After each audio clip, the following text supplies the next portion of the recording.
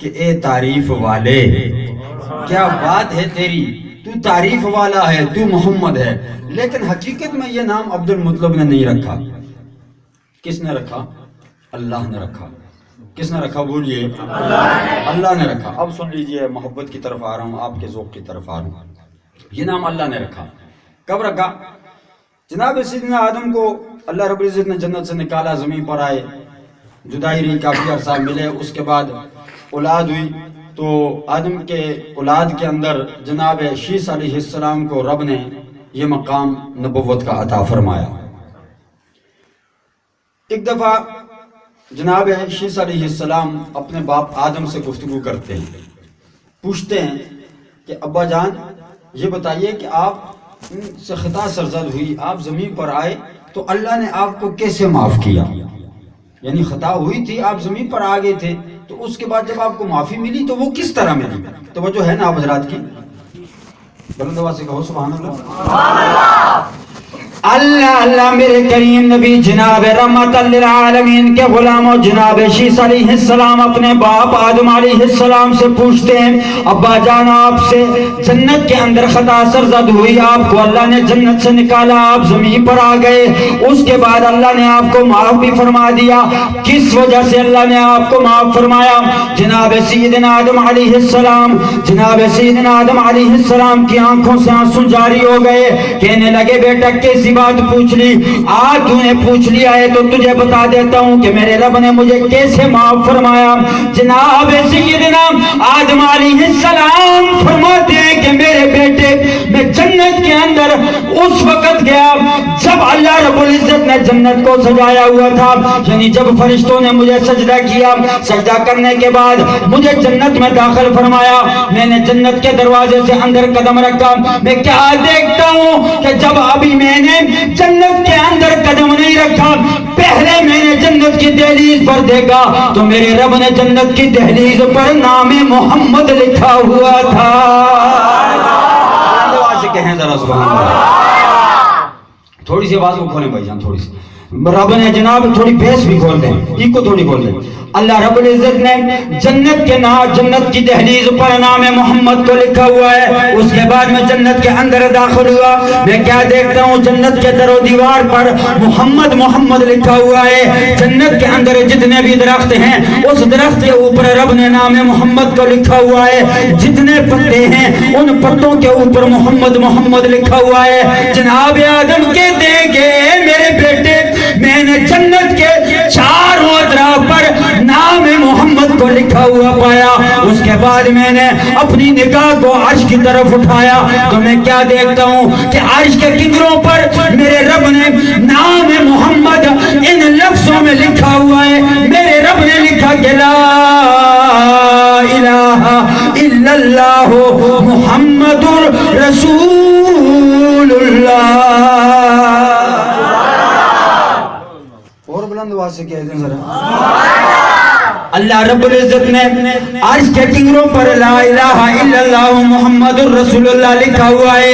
اے میرے بیٹے میں سمجھ گیا کہ جس نام کو اللہ نے اپنے نام کے ساتھ ملا کر لکھا ہوا ہے، میں سمجھ گیا کہ یہ کسی عام ہستی کا نام نہیں، یہ بڑا بابرکت نام ہے۔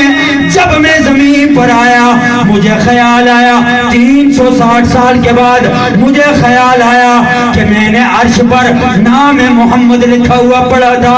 اے میرے بیٹے شیس، میں نے اللہ کی بارگاہ میں اس نام محمد کا واسطہ دے کر دعا مانگی تو میرے رب نے فرمایا اے آدم تو نے 300 سال کے بعد نام محمد کے واسطے سے دعا مانگی ہے، جب تجھے جنت سے نکالا تھا اگر اسی وقت تو نام محمد کا واسطہ دے کر دعا مانگتا تو میں اسی وقت تیری خطا کو معاف کر دیتا۔ بلند آواز سے کہیں ذرا۔ پھر کیوں نہ کہاں کہ نام نبی دا رکھیا، سبحان اللہ بھی نہیں آگا، اللہ نے خود خیال نام نبی دا رکھیا، اللہ نے خود مقام نام نبی دا رکھیا. یہ پڑھ سو اگلا شعر پڑھ سو، نہیں تو پڑھنا ہی نہ تقریر ختم کر سو. کتنا ٹائم ہے؟ سب ایک ہو گیا. بعد میں ویسے بھی میرے پاس ٹائم نہیں ہے. اب یہ شعر سارے مل کے پڑھو تاکہ میں آخری بات کروں اور بات کو ختم کر دوں. نام نبی دا رکھیا اللہ نے خود خیال نام نبی دا رکھیا اللہ نام نبی دا رکھیا اللہ نے خود نہ پڑھو، میں ہی پڑھنا، چپ ہوئی رہو.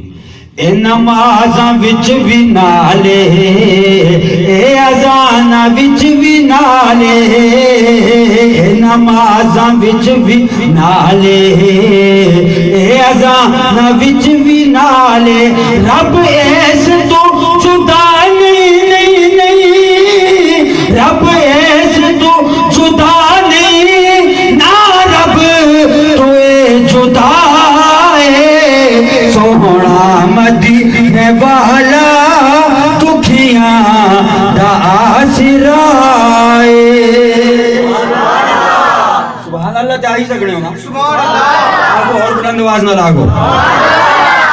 اچھا تو آدم کہتے ہیں کہ میں نے نام محمد کا واسطہ دیا تو اللہ نے مجھے معاف بھی کر دیا اور فرمایا آدم اگر تو اس نام کا واسطہ اس وقت دے دیتا تو اسی وقت معافی مل جاتی، اسی وقت معافی مل جاتی. اچھا آگے بڑھتے جاؤ. یہ نام محمد کی پاور ہے کہ جس کی وجہ سے آدم کا 300 سال کا رونا اللہ کی بارگاہ میں قبول ہو گیا. جبکہ آدم بھی نبی ہیں، ایسی کوئی بات نہیں ہے. ہم باقی انبیاء کی توہین نہیں کرتے، گستاخی نہیں کر رہے، بے ادبی نہیں کر رہے. آدم بھی نبی ہیں، ان کا بھی بڑا مقام ہے. ابو البشر ہے، اللہ کا خلیفہ ہے، پہلا خلیفہ آدم. ٹھیک ہے، تو بڑا مقام ہے، بڑا مرتبہ ہے. ان کی شان میں توہین کرنے کی نیت نہیں، لیکن 300 سال تک روتے رہے. اسما کی طرف سر اٹھا کر نہ دیکھا. 300 سال کے بعد آدم کہتے ہیں میرے ذہن میں خیال آیا کہ وہ جو میں نے جنت میں محمد محمد آئے ہائے ہائے بلند آواز سے کہو ذرا. جہاں میں چپ ہو جاؤں وہاں سبحان اللہ کہہ دیا کرو. یہ آپ کی مہربانی ہوگی. جہاں چپ ہو جاؤں وہاں سبحان اللہ کہہ دیا کرو. تو محمد محمد لکھا ہوا دیکھا، چلو کیوں نہ اس نام کا واسطہ دوں. ہو سکتا ہے رب سن لے، قبول کر لے. واسطہ دیا. اللہ نے فرمایا. اچھا اللہ نے پوچھا معاف کرنے کے بعد نا، اللہ نے پوچھا آدم فکیف عرفت محمد، تو نے محمد کو پہچانا کیسے؟ تو آدم نے کہا مولا وہ جو تو نے جنت میں نام محمد لکھا ہوا تھا نا، بس میں اسی سے سمجھ گیا تھا کہ یہ کوئی بہت بڑا نام ہے، یہ بہت بڑا نام ہے. بس خیال آ گیا تجھے. فرمایا پہلے کہتا تو پہلے معاف کر دیتا، لیکن ابھی کہا تو چل ابھی تیرا کام بن گیا. یعنی جس نے جس وقت بھی جس جگہ پر جس مقام پر جس تھاں پر جس جگہ پہ آ کر نام محمد کا اس کو خیال آیا، خیال آتے ہی اس نے رب کی بارگاہ میں نام محمد کا واسطہ دے کر اپنی کسی بھی تمنا کی خواہش کی تو رب کعبہ کی قسم رب نے اس کی اسی تمنا کو پورا فرما دیا، اسی وقت پورا فرما دیا. وقت گزرتا گیا، باتیں اور بہت طویل ہیں لیکن نہیں کر رہا. آخری بات کر رہا. کعبے پر حملہ کیا ابرا نے. کس نے حملہ کیا؟ ابرا نے. ہاتھیوں کو لے کر آیا، عبد المطلب کے اونٹ چھین لیے. چھیننے کے بعد عبد المطلب نے کہا میرے اونٹ تھے. اس نے کہا کعبے کی فکر کر، اونٹوں کی فکر کیوں کرتا ہے؟ میں تیرا کعبہ گرانے آیا ہوں. عبد المطلب نے کہا بھائی اونٹوں کا مالک میں ہوں. کون ہے؟ اونٹوں کا مالک میں ہوں، تو ظاہر ہے میں اونٹوں کی فکر کروں گا. کعبے کا مالک وہ ہے، وہ جانے، اس کے کام جانے. سمجھ رہے ہو نا بات کو؟ حالانکہ اونٹوں کا مالک بھی حقیقت میں اللہ ہی ہے، لیکن بظاہر مالک کون ہے؟ عبد المطلب. جس طرح بظاہر یہ گار نذیر صاحب کا ہے، ٹھیک ہے، بظاہر یہ درخت میرے ہیں، یہ ساؤنڈ وہ بھائی صاحب کا ہے، یہ ایک سلسلہ ہے نا دنیا کا، تو ہر چیز کا مالک اللہ ہی ہے. لیکن عبد المطلب نے جواب کیا دیا کہ اونٹوں کا مالک میں ہوں، اس لیے اونٹ لینے آیا ہوں. کعبے کا مالک وہ ہے, وہ جانے, کعبہ جانے, اس کے کام جانے, تو میرے اونٹ میرے حوالے کر. اچھا اونٹ لے کر نا جناب عبد المطلب واپس آئے, ذہنی طور پر بڑے پریشان ہیں کہ بھائی یہ کیا ہوگا, اب کیسے بات بنے گی, یہ تو بڑا لشکر لے کر آ گیا, کعبے کو گرائے گا. گھر آئے تو اچانک نظر پڑی سیدہ آمنہ پر. آئے ہائے ہائے, زبان نہیں سمجھے, نہیں تو بلند آواز سے سبحان اللہ کہہ. سیدہ آمنہ پر نظر پڑی نا تو ذہن میں خیال آیا کہ یہ آمنہ میرے بیٹے کی بیوی ہے اور اس کے بطن کے اندر میرے بیٹے عبداللہ کی امانت ہے, یعنی اس کا بیٹا ہے, تو وہ ہے بڑی عظمتوں والا. آئے میرے کریم نبی جناب رحمت للعالمین کے غلاموں جناب سیدنا عبد المطلب رضی اللہ تعالیٰ عنہ, آپ نے جناب سیدہ آمنہ سلام اللہ علیہ کثیرن کثیرہ کو بازو سے پکڑا, بیت اللہ چلے گئے. بیت اللہ کے سین میں کھڑے ہو کر اپنے سر کو آسمان کی طرف بلند کیا, کہنے لگے کہ اے میرے پروردگار عالم, میری اس بہو کے پیٹ میں جناب عبداللہ کی امانت ہے, اور وہ ایسی امانت ہے کہ جس کے بارے میں تو نے مجھے بشارت سنائی تھی کہ اے عبد المطلب, ہم تیری اولاد میں ایسا بیٹا پیدا کریں گے, ایسا بیٹا پیدا کریں گے کہ جس کے سامنے مشرق والے بھی اپنے سروں کو جھکا لیں گے اور مغرب والے بھی اپنے سروں کو جھکا لیں گے. کہ کل کائنات اس کے سامنے اپنے سروں کو جھکا لے گی. تو میں تجھے اسی کا واسطہ دے کر تجھ سے دعا کرتا ہوں کہ اپنے کعبے کی حفاظت فرما. اسی کا واسطہ دے کر دعا کرتا ہوں کہ اپنے کعبے کی حفاظت فرما, اپنے گھر کی حفاظت فرما. بس یہ دعا مانگ کر واپس آئے. ادھر سے ابرا لشکر لے کر کعبے پر حملہ آور ہوا تو رب نے اپنا لشکر بھیجا, اور لشکر کیا تھا, چھوٹے چھوٹے پرندے.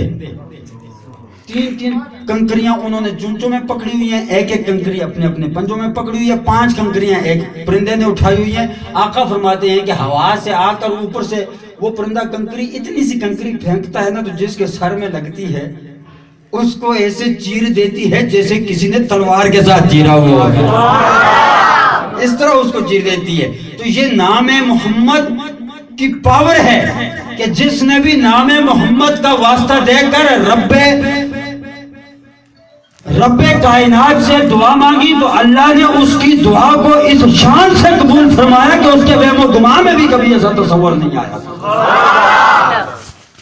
باتیں اور بہت ساری ہیں, لیکن اب باریک بات کر کے میں بات کو ختم کر رہا ہوں. محمد کیا نام ہے؟ محمد. یہ نام کس نے رکھا؟ اللہ نے رکھا. اچھا محمد, اس کی میم کو ہٹاؤ تو کیا بنتا ہے؟ سارے بولو, آخری بات ہے اور یہ بڑی سمجھنے والی, بڑے کام کی بات ہے, یہ نوجوانوں کے لیے ہے خاص کر کے, اس کو سمجھو. کیا بنتا ہے؟ حمد. کیا بنتا ہے؟ ایک نام میں نے کہا یہ ہے جو قرآن نے بتایا محمد, اس کی میم کو ہٹاؤ تو حمد بنتا ہے. اور ایک نام ہے احمد, جس کے الف کو ہٹاؤ تو حمد بنتا ہے. یعنی دونوں نام میرے آقا کے, دونوں نام, میم کو ہٹا دو تو حمد بنا, آئے ہائے ہائے, احمد کے الف کو ہٹاؤ تو کیا بنا؟ حمد. اور حمد کیا ہے؟ قرآن پڑھتے ہوئے قرآن کہاں سے شروع ہوتا ہے؟ سارے بولو, الحمدللہ رب العالمین. تو الحمد کے الف اور لام کو ہٹاؤ تو وہ کیا بنتا ہے؟ وہ بھی حمد بنتا ہے. یعنی کہ اس کا معنی کیا ہے کہ تعریف. اور الحمدللہ رب العالمین کا پورے کا کیا مطلب ہوا؟ تمام تعریفیں اللہ کے لیے ہیں جو رب العالمین ہے. سمجھ گئے ہو؟ تمام تعریفیں یعنی تمام حمدیں, کائنات ارض و سما کی تمام حمد اللہ کے لیے ہے جو کل کائنات کا رب ہے. تو اسی حمد پر اللہ نے میم لگا کر محمد بنا دیا ہے. ابھی نہیں سمجھو, سمجھو گے, بات ختم نہیں ہوئی. اسی حمد پر اللہ نے میم لگا کر محمد بنایا, اسی حمد پر اللہ نے الف لگا کر احمد بنا دیا, اور اسی محمد و اسی احمد کو رسول بنا کر ہمیں عطا فرما دیا. اب سنو نکتے کی بات. اب اللہ نے حمد پر میم لگائی, محمد بنایا, الف لگایا, احمد بنا کر دنیا والوں کو کہا کہ دنیا والوں یہ ہے محمد الرسول اللہ، یعنی یہ میرا رسول بن کر تمہارے پاس آیا ہے تو اس کو اپنے جیسا نہ سمجھنا، سمجھ گئے ہو؟ اس کو اپنے جیسا نہ سمجھنا، یہ میری حمد ہے۔ یہ کیا ہے؟ یہ میری حمد ہے۔ یا اللہ کیا مطلب؟ فرمایا دیکھو الحمدللہ رب العالمین، کل کائنات کی تعریفیں میرے لیے ہیں، اور اسی حمد پر میں نے میم لگا کر محمد بنایا، اسی حمد پر میں نے الف لگا کر احمد بنایا، اور اسی احمد و محمد کو رسول بنا کر تمہیں عطا فرما دیا ہے۔ یا اللہ مطلب کیا؟ فرمایا مطلب یہ ہے کہ یہ جو محمد ہے نا، اس کے بال میری حمد، اس کے بال کیا ہیں؟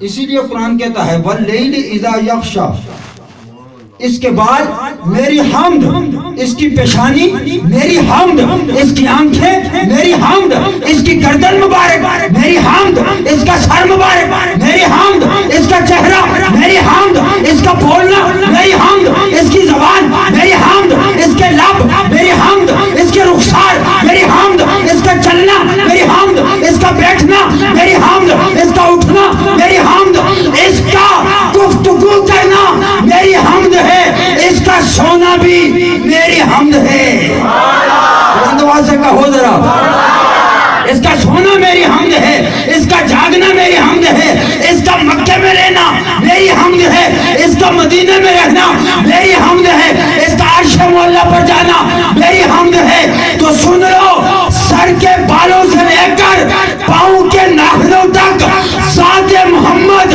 اللہ کی حمد بن کر دنیا میں تشریف لایا ہے۔ نعرہ رسالت، نعرہ حیدری، جشن میلاد النبی، علماء اہل سنت۔ سر کے بالوں سے لے کر پاؤں کے ناخنوں تک ذات محمد کیا ہے؟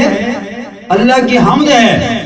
اور اللہ کی حمد کیا ہے؟ اللہ کی تعریف، یعنی سر کے بالوں سے لے کر پاؤں کے ناخنوں تک ذات محمد تعریف خدا ہے۔ نہیں سمجھو اتنا بڑا جملہ اور بڑی ٹیلیز، سبحان اللہ، ذرا بلند آواز سے کہو سبحان اللہ۔ سر کے چوٹی کے بال سے لے کر پاؤں کے انگوٹھے کے ناخن تک ذات محمد تعریف خدا ہے۔ اس بات کو غلط نہ اس سے پہلے کوئی ثابت کر سکا ہے، نہ صبح قیامت تک کوئی ثابت کر سکتا ہے۔ تو پھر ماننا پڑے گا کہ اللہ نے جو ہمیں نبی عطا فرمایا وہ ہر لحاظ سے بے مثل و بے مثال بن کر آیا ہے۔ پھر ہم اس نبی کی تعریف بیان کیسے نہ کریں؟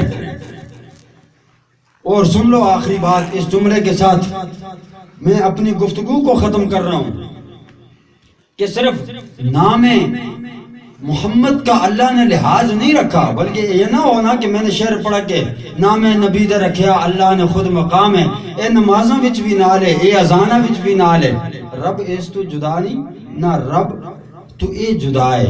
اب اس بات کا یہ مطلب نہیں کہ ہم نبی کو خدا سے ملاتے ہیں، ہم تو یہ کہتے ہیں بھیجنے والا وہی ہے، آنے والا یہ، لیکن اس نے ایسا بنا کر بھیجا ہے کہ اس نے اپنی صفات کا مظہر بنا کر ذات مصطفیٰ کو دنیا کے اندر مبعوث فرمایا ہے۔ اللہ کی صفات میرے نبی کے اندر ہیں۔ کیسے؟ اللہ رحیم ہے تو مصطفیٰ بھی، بولو قرآن میں یہ ساری باتیں قرآن میں، اللہ رحیم ہے تو مصطفیٰ بھی رحیم ہیں، اللہ رؤوف ہے مصطفیٰ بھی رؤوف ہیں، اللہ سمیع ہے، اور یہ سمیع تو ہم بھی ہیں، یہ تو عام انسانوں کو اللہ نے کہا کہ یہ سمیع و بصیر ہے، یعنی انسان دیکھنے والے اور سننے والے ہیں، تو یہ اللہ بھی ہے۔ تو یہ صفات کا مجموعہ اللہ نے ذات مصطفیٰ کو بنا کر بھیجا۔ اب سن لو، اس بات کو یوں سمجھ لو کہ اگر نام محمد میں اتنی پاور اور اتنی طاقت ہے تو ذات محمد کی طاقت کیا ہوگی؟ بلند آواز سے کہو، بات ختم ہو۔ نام نبی دا رکھیا اللہ نے خود خیالے نمازاں وچ وی نالے اے اذاناں وچ وی نالے رب ایسے تو جدا نہیں نہ رب تو اے جدا ہے سوہنا مدینے والا دکھیاں دا آسرا ہے سوہنا مدینے والا دکھیاں دا آسرا ہے۔ اور آخری پیغام آپ کو دے رہا ہوں کہ ذکر رسول کر کے دل اپنا شاد کر لیں مشکل پوے تے کوئی آقا نو یاد کر لیں کیونکہ نام نبی کا صدقہ صدقہ نام نبی کا صدقہ ٹل جا دی ہر بلائے سوہنا مدینے والا دکھیاں۔ اللہ رب العزت ہمیں دین کو سمجھنے کی توفیق عطا فرمائے اور اس محفل کو اپنی بارگاہ میں قبول و منظور فرمائے۔ اگر آپ حضرات کو میری کوئی بات سخت لگی ہو بری لگی ہو تو اس کے لیے میں آپ حضرات سے معذرت چاہتا ہوں۔ اللہ ہم سب کی حاضری کو اپنی بارگاہ میں